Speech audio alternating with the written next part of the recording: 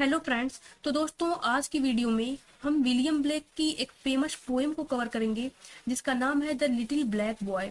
इस पोएम को उनके कलेक्शन सॉन्ग्स ऑफ इनोसेंस में 1789 ईस्वी में पब्लिश की गई थी। यह 28 लाइन की पोएम है जो कि 7 क्वार्टर्स यानी कि 4 लाइन स्टैंजा में बांटी गई है। इसकी राइमिंग स्कीम है ए बी ए बी और इस पोएम का थीम है racial equality and divine love, यानी कि किस तरह से हमारे समाज में लोग एक दूसरे को उनके स्किन के कलर के हिसाब से जज करते हैं। दोस्तों, इस पोएम को एक निग्रो बच्चे के पॉइंट ऑफ व्यू से सुनाया गया है और इस पोएम में इक्वलिटी की बात की गई है कि भगवान के लिए काले गोरे सब बराबर हैं। अब बात करते हैं आथर की। तो दोस्तों, विलियम ब्लेक को जीते जी इग्नोर किया गया क्योंकि ये अपने टाइम से एडवांस सोचते थे, इसलिए उन्हें लोग बेवकूफ समझते थे। लेकिन दोस्तों, इनकी पोएम्स को पढ़कर ये समझ आता है कि इनकी हर एक पोएम्स के अंदर एक पावरफुल मैसेज होता था। दोस्तों, यह रोमांटिक एज के बहुत ही फेमस पोएट थे। इनका जन्म हुआ था 28 नवंबर 1757 ईस्वी को लंदन में और इनकी मृत्यु हुई थी 12 अगस्त 1827 ईस्वी को लंदन में ही। और यह अपने collection songs of innocence and songs of experience के लिए बहुत ही ज़्यादा फेमस हैं। इनके कुछ इंपॉर्टेंट फेमस वर्क्स हैं जैसे the Claude and the payable, Jerusalem, Milton, the chimney sweeper, the marriage of heaven and hell और रिलीजन आर वन ईटीसी। तो चलिए दोस्तों, अब इस पोएम को समझने की कोशिश करते हैं। My mother bore me in the southern wild. एक ब्लैक बच्चा है जो बोलता है, मेरी माँ ने मुझे सदर्न वाइल्ड यानी कि अफ्रीका में जन्म दिया है। And I am black but O my soul is white. और इसलिए मैं काला हूँ लेकिन जो मेरी आत्मा है वो बिल्कुल सफेद है यानी कि प्योर है। White as an angel is the English child. जिनका जन्म इंग्लैंड में हुआ है वो बिल्कुल किसी एंजल की तरह व्हाइट कलर के होते हैं। But I am black as if bereaved of light. लेकिन मैं काला हूँ, मेरे स्किन का कलर काला है, ऐसा लगता है मेरे अंदर कोई डिवाइन लाइट नहीं है, भगवान मुझे पसंद नहीं करते हैं। My mother taught me underneath a tree.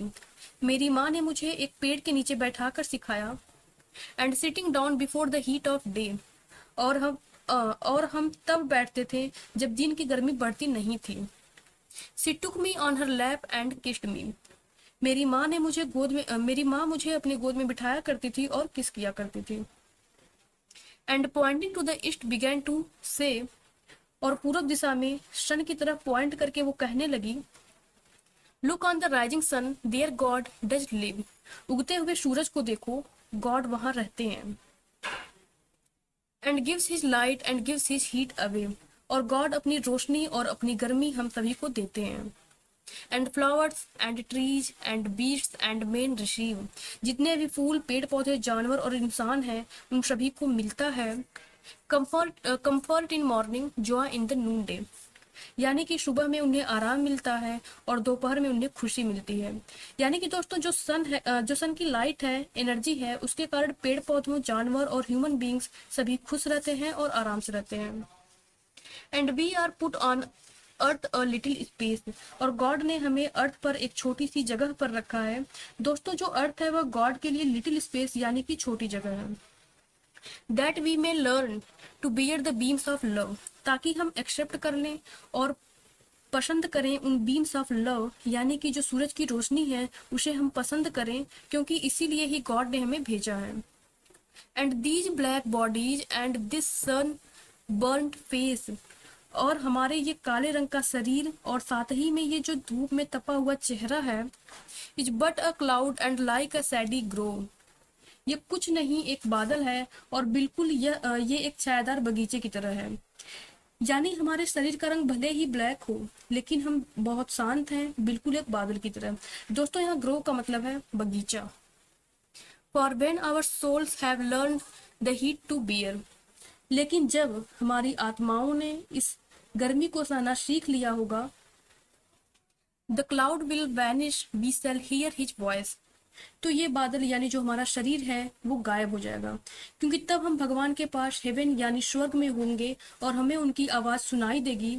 ये शरीर हमारे पास नहीं रहेगा, हमें इस पृथ्वी पर रहने की जरूरत नहीं होगी, हम गॉड के पास हो जाएंगे और इसीलिए हमें उनकी आवाज़ सुनाई देगी।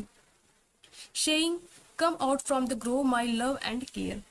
और उनकी आवाज क्या कहेगी कि उस गार्डन से बाहर आ जाओ। दोस्तों, ये गार्डन क्या है? तो वो ब्लैक कलर का शरीर जो हमारा था, उससे बाहर आ जाओ माय डियर वन, और यहाँ मेरे पास रहो। And round my golden tent like lamps rejoice.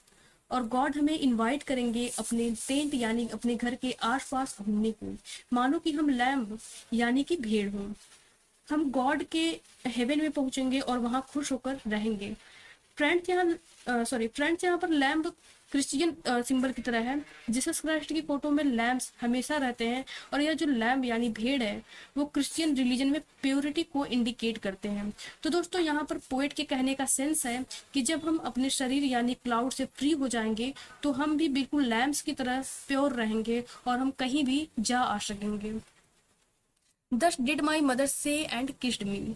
और यही मेरी माँ ने मुझसे कहा फिर किस किया। एंड दस आई से टू लिटिल इंग्लिश बॉय। और इसीलिए मैं यही बात उस इंग्लिश बॉय यानी कि जिसके स्किन का कलर वाइट है, जो गोरा है, उस लड़के से कहा। When I from black and he from white cloud frame। और जब मैं अपने ब्लैक कलर के शरीर से और वो अपने व्हाइट कलर के शरीर से, हम दोनों ही फ्री हो जाएंगे। And round the tent of God like lambs we Joy.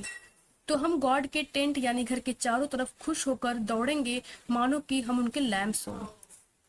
I will said him from the heat till he can bear. मैं उसे गॉड की जो हीट है उससे छाया दूंगा, जब तक कि वो उसकी हीट को सहना सीख न ले। मेरे स्किन का कलर ब्लैक है, इसलिए अभी ये हीट सहना सिर्फ हमें ही आता है। To lean in joy upon our father's knee. और हम गॉड के नीच पर खुश होकर झुकेंगे यानी गॉड के पास रहेंगे। And then I will stand and stroke his silver hair. और फिर मैं खड़ा हो जाऊंगा और उनके सिर पर जो सिल्वर कलर के बाल हैं उन्हें धीरे धीरे सहलाऊंगा। ये सिल्वर हेयर उस इंग्लिश बच्चे के लिए बोला जा रहा है। And be like him and he will then love me. और फिर उसकी तरह मैं बन जाऊंगा और तब वो मुझे प्यार करेगा, क्योंकि मैं भी एक इंग्लिश बॉय बन जाऊंगा। हम दोनों के स्किन का कलर बिल्कुल एक हो जाएगा और हम दोनों सेम हो जाएंगे। तो दोस्तों, यहीं पे ये पोएम खत्म हो जाती है। और इस पोएम में ये बताया गया है कि गॉड की नज़रों में सब बराबर होते हैं, कोई काला गोरा नहीं होता है। उनके लिए स्किन का कलर मायने नहीं रखता है। वो यानी कि जो गॉड हैं वो सबको एक ही जैसा प्यार करेंगे। तो दोस्तों, आज के लिए बस इतना ही। मिलते हैं नेक्स्ट वीडियो में। Thank you so much.